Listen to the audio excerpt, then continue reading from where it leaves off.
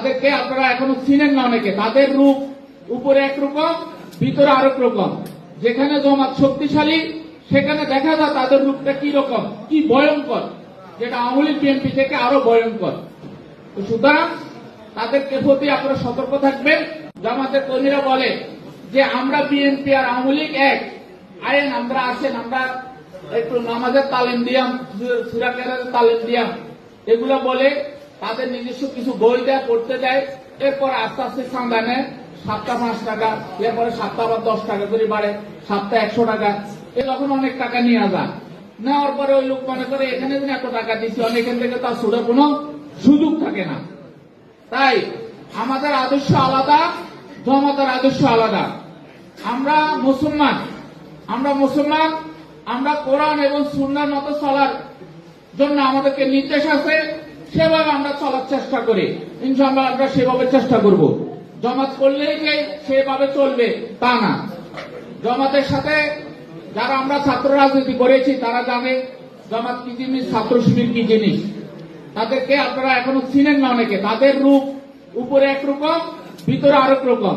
যেখানে জমাত শক্তিশালী সেখানে দেখা যায় তাদের রূপটা কি রকম, কি ভয়ঙ্কর, যেটা আওয়ামী লীগ বিএনপি থেকে আরো ভয়ঙ্কর। তো সুতরাং তাদেরকে প্রতি আপনারা সতর্ক থাকবেন। আমরা আমাদের কাজ করব, আমাদের কর্মীদেরকে, আমাদের মা বোনদেরকে আমরা সুন্দর ব্যবহার, সুন্দর আচরণ দিয়ে আমরা যেন তাদেরকে শান্ত রাখি এবং এলাকা শান্ত রাখতে পারি। যদি আমরা বিশৃঙ্খলতা সৃষ্টি করি, যদি আমরা আওয়ামী লীগের মতন চাঁদাবাজি করি, আমরা যদি সালিশ বাণিজ্য করি, তাইলে তো বলবে যে আওয়ামী লীগও এরকম, বিএনপিও এরকম, নাকি? তাহলে মানুষ শান্তি পেল না।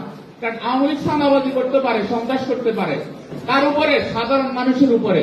এই সাধারণ মানুষ কারা? বিএনপি। আর আমরা যদি চাঁদাবাজি এবং সন্ত্রাস করি, তার উপরে করবো সাধারণ মানুষ, মানে বিএনপির উপরে আমরা করতে হবে। সুতরাং এটা করার কোনো সুযোগ নাই।